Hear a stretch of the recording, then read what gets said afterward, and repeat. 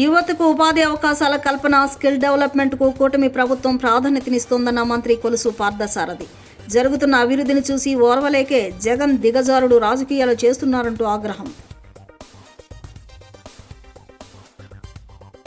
ప్రధానమంత్రి ఆదర్శ గ్రామ యోజన కింద ఎంపికైన గ్రామాల్లో అభివృద్ధి పనులను నిర్ణీత గడువులోగా పూర్తి చేయాలి.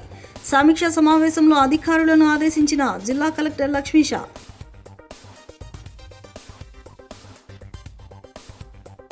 తనకెవరూ లీగల్ నోటీసులు పంపలేదని గన్నవరం ఎమ్మెల్యే యార్లగడ్డ వెంకట్రావు స్పష్టీకరణ.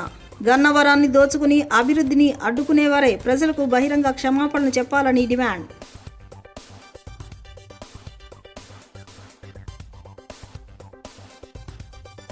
బియ్యం ధరలు అందుబాటులోకి తెచ్చేందుకు చర్యలు చేపట్టిన కూటమి ప్రభుత్వం రాష్ట్ర వ్యాప్తంగా 130 రైతు బజార్ల ద్వారా తక్కువ ధరకే నాణ్యమైన బియ్యాన్ని అందిస్తామన్న రైస్ మిల్లర్లు.